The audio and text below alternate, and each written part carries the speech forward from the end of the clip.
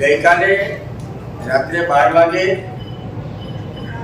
મારા મત વિસ્તાર કાંકરેજ વિધાનસભાના કુવારવા ગામે ગરીબ મધ્યમ પરિવાર મેતુજી ચંદુજી ઠાકોર આખો પરિવાર સૂઈ રહ્યો હતો તે દરમિયાન શિવરી પોલીસ અને એક્ઝિબિશનના કર્મચારી છીએ એવી વાત કરીને રાત્રે 12:03 આ પરિવારના ઘરે ગયા અને ફટાફટ બધા સીડી ચડીને ઢાબા ઉપર ગયા. સીડી ચડીને ઢાબા ઉપર ગયા ત્યારે પરિવાર સફાળો જાગી ગયો, ગભરાઈ ગયો, તરત બહાર નીકળે છે. પોલીસને પૂછે છે કે સાહેબ શું મારો ગુનો છે, શેના માટે આવ્યા છો? ત્યારે પોલીસ શાંતિથી વાત કરવાની જગ્યાએ ડરાવે છે, ધમકાવે છે.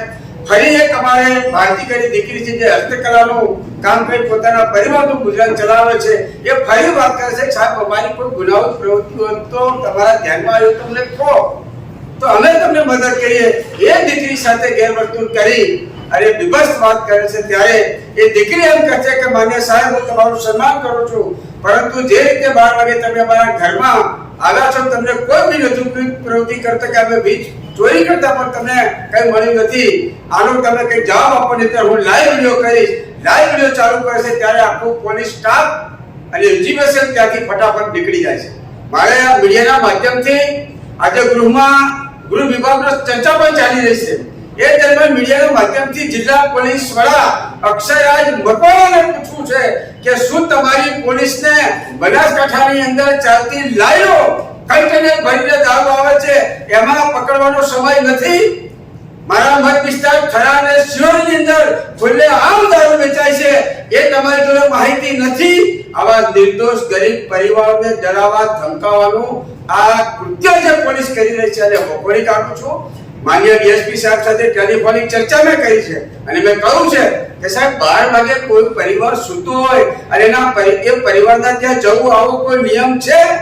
ડીએસપી કહે છે ના સાહેબ આવો નિયમ નથી, પરંતુ હું આ બાબતની યોગ્ય તપાસ કરીશ. હું ડીએસપી સાહેબને વાત પણ કરી છે અને આ બાબતથી આવનાર જે કોઈ પોલીસ પરિવાર મિત્રો કોન્સ્ટેબલ, હેડ કોન્સ્ટેબલ કે પીએસઆઈ હોય, એક્ઝિબિશનના કર્મચારી હોય એમને આ બાબતનો કાં તો ખુલાસો કરવો પડશે, અન્યથા મારે આ પરિવારના રક્ષણ માટે થઈ અને એના ઘર સાથે બેસવાની તૈયારી કરવાની પડશે. બે દિવસ પહેલા જ ગેરીબેન અને જિજ્ઞેશ મેવાણીએ અક્ષયરાજને બદલવા માટે માંગણી કરી હતી. ગૃહમાં તમે રજૂઆત કરી, ગૃહમંત્રીને વાત કરી? ગૃહમંત્રીને મૌખિક પણ રજૂઆત કરી છે. છેલ્લા કેટલાય સમયથી આપ જોતા હશો બનાસકાંઠાની અંદર રેતી ખનન બેફામ થઈ રહ્યું છે. 1200 થી 1500 ડમ્પરો રોયલ્ટી વગરના અમદાવાદ, સુરત કે બરોડા જઈ રહ્યા છે. આખા જિલ્લાની અંદર બેફામ દારૂ વેચાઈ રહ્યા છે. ક્યાંય કોઈ પોલીસની રોકટોક નથી. સામાન્ય એક માણસ કદાચ 2-4 બોટલ વેચતો હોય એના ત્યાં રેડ પાડીને પોલીસ સંતોષ માને છે. ગેરીબેનના, જિજ્ઞેશભાઈના લેટર જે લખ્યા છે લેટરના સાથે હું સહમતિ આપું છું કે આ ગુજરાતનું યુવા ધનને બરબાદ થતા જો અમારે અટકાવવું હોય તો એસપીની બદલી કરીને કોઈ મહિલા એસપીની નિમણૂક કરવામાં આવે એવી મારી પણ માંગણી છે.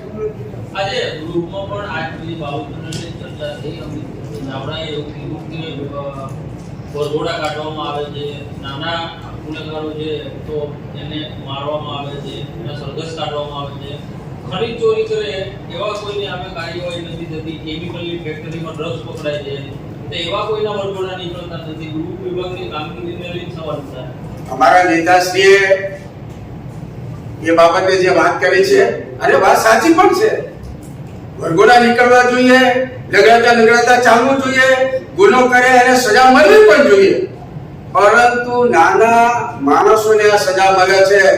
મોટા જે બુટલેગરો હોય એને સજા નથી મળતી, ભૂમાફિયાઓને સજા નથી મળતી, ક્યાંક ને ક્યાંક બીજી રીતે કોઈ સંડોયેલા હોય એને પણ સજા નથી મળતી. એટલે માન્ય નેતાશ્રીએ ગૃહમાં ચર્ચા કરી છે.